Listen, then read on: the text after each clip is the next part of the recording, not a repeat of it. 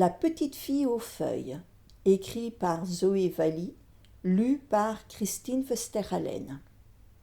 Il était une fois une petite fille aux feuilles. Ce jour-là, l'hiver sévissait, de gros flocons blancs voltigeaient. La petite fille émergeait de son sommeil. Émerveillée, elle savourait l'instant. Elle volait.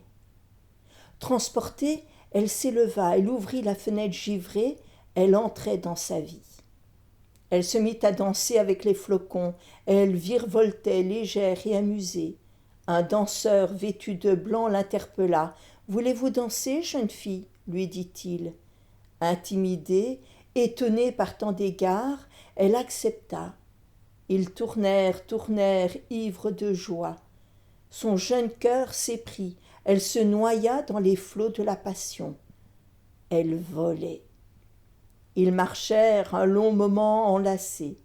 Soudain, son prince charmant s'évapora. Surprise, elle perdit ses ailes.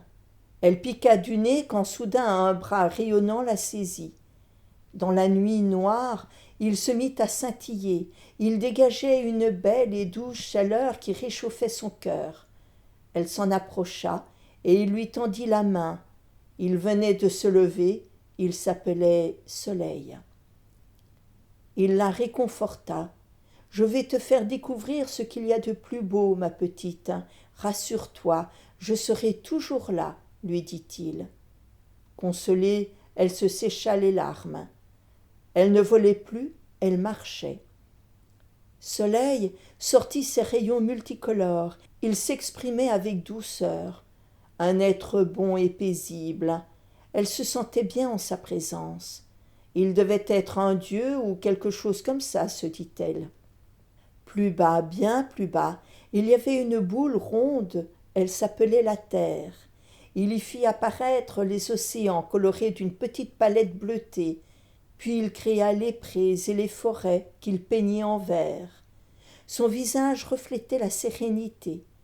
Il continuait d'illuminer la terre de ses jolies couleurs spectrales. De véritables beautés miroitaient et le cœur de la petite fille se remplissait de joie de vivre. Elle rayonnait. Elle avait dû voler pour connaître cet instant. Elle voulait y rester. Elle resta un bon moment assise à côté de son guide. Silencieux, il profitait des beautés qu'il créait. Soleil s'arrêta un instant. Il lui prit la main. « Il est temps de rentrer chez toi maintenant, je dois poursuivre mon chemin et le tien va bientôt être plongé dans le noir. Mes rayons vont te poser dans ton petit lit. Chaque matin, dès l'aube, tu me salueras. Profite de toutes les beautés que je te ferai découvrir. Le soir venu, le cœur coloré, salue mon départ. Endors-toi sereinement. Chaque jour tu me retrouveras, » lui dit-il posément. Soleil, attendri par la fraîcheur de sa jeunesse, lui caressait sa soyeuse chevelure. Elle acquiesça. Elle partit, portée par la belle lumière. Elle la déposa, comme prévu, dans son petit lit douillet. Le matin, plus de flocons. Elle se dirigea vers la fenêtre et elle salua celui qu'elle avait rencontré dans son rêve. Les années passèrent et la petite fille grandissait. Les feuilles mortes avaient remplacé les flocons. Elle aimait s'en asperger quand elle se promenait dans les bois. Elle vivait sa vie comme elle lui avait promis dans un monde qu'elle trouvait si loin du bonheur qu'elle éprouvait. Elle était différente. Elle apprit à se cacher en son sein pour éviter l'intolérance. Elle devint une femme, une mère, et même une grand-mère. Cependant la petite fille vivait. Elle se sentait à l'étroit dans ce corps qui la protégeait. Il en souffrait et il lui fit savoir. Elle ne pouvait plus se cacher. Elle allait vivre et assumer la petite fille aux feuilles qu'elle était restée. Elle avait tant de belles choses à partager enfuies dans son être.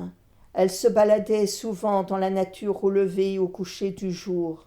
Un jour, Soleil lui dit « Ton corps est meurtri et fatigué, mais tu as tant de choses en toi. Partage-les. » Elle se souvint de la fenêtre givrée, de son envol, de ses rencontres, des rayons colorés, de la bonté du soleil. La toile, la feuille, La partition seraient les fenêtres par lesquelles elle s'envolerait pour y raconter les beautés colorées de la vie. Contre vents et marées, elle imposa son rêve, sa joie de vivre, son être. Aujourd'hui, quelques années plus tard, on l'a dit artiste. Elle pense, je vis, j'existe. Assise devant sa fenêtre, elle pense au chemin parcouru depuis son rêve de petite fille. Il lui avait montré son chemin. Elle sait qu'il est bon de rêver, qu'il est bon de se préserver, qu'il est bon d'avoir la patience de renaître. Chaque jour est un nouveau départ. L'accueillir dès l'aube, le vivre comme s'il était le premier, le soir venu le remercier pour sa bonté et s'endormir sereine.